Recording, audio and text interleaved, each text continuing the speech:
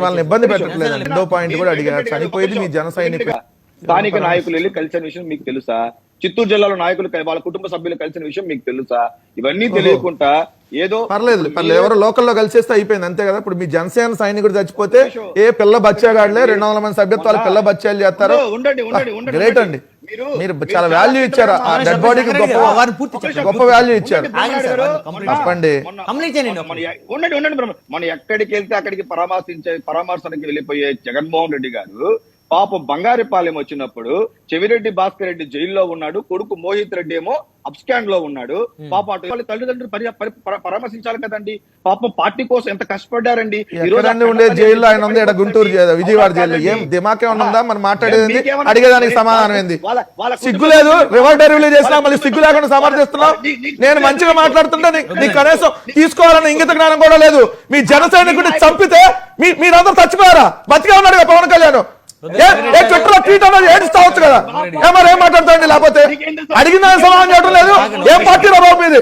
తిరుపతిలో కామకరణ పెట్టారు, ఇక్కడేమో మనుషులు డోర్ డెలివరీ చేసే వాళ్ళు ఇన్ఛార్జ్లు పెట్టారు. టెంపుల్ సిటీలో గొప్ప గొప్ప ఇన్ఛార్జ్లు పెట్టారు, గొప్ప పార్టీ.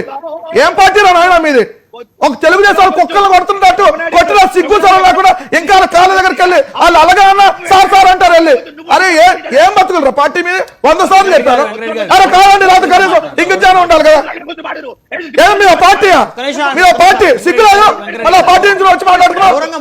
తెలుగులోనే సమాధానం చెప్పింది మీకు. మీ జనసేన భాషలోనే చెప్పాలి. మీ జనసేన భాషలోనే ఇలా కొట్టినట్టు చెబుతారు, మీకు అర్థమైంది. మీ కార్యకర్తలు మీ నాయకులు చంపుతున్నారు. ఏం పార్టీలో నాయన మీది? మళ్ళీ ఏం మాట్లాడతావు? అవును చంపుకుంటావు బాబు, చంపుకోండి. మీ బతుకులా అంతా ఇంతకి చంపింది మీ వాళ్ళ కాదా? చచ్చిపోయిన మీ వాడ కాదు. ఈ రెండన్న క్లారిటీ చెప్పు. ఏమవుతుంది? అది నువ్వు కాదు డిసైడ్ చేయాల్సింది, మరి డిసైడ్ చేయకుండానే మరి గొంతు దించుకొని మరి మా పార్టీ వాళ్ళ మీద ఎన్నాళ్ళు ఆరోపణ చేసినప్పుడు తలకాయలు పెట్టుకున్నారు. అప్పుడు కోర్టు ఏమైనా ప్రూవ్ చేసిందా?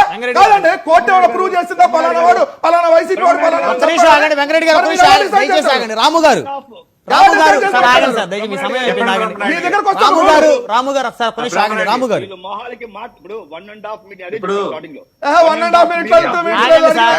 దయచేసి ఆగండి. 1.5 minute పోలీసులు చెప్పారు నాకు తమిళ వచ్చు, తమిళ చదువుకున్నా, తమిళ రాదు.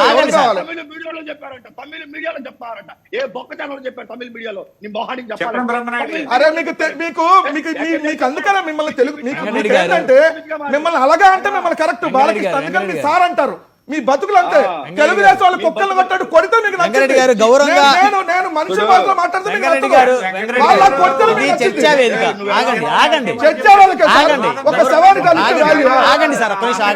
రాము గారు పెడతారయ్యా, రెడ్డి గారు అరెస్ట్ అవుతారు. ఏంటంటే దానికి అరే బాబు మా గేట్ దగ్గర కుక్క కూడా భయపడలేదు. మీ కేసుల గురించి పోండి ఆయన ఎన్ని పెట్టుకుంటారు పెట్టుకోండి. అరే మా గేట్ దగ్గర కుక్క కూడా బయటపడదు మీ కేసుల గురించి.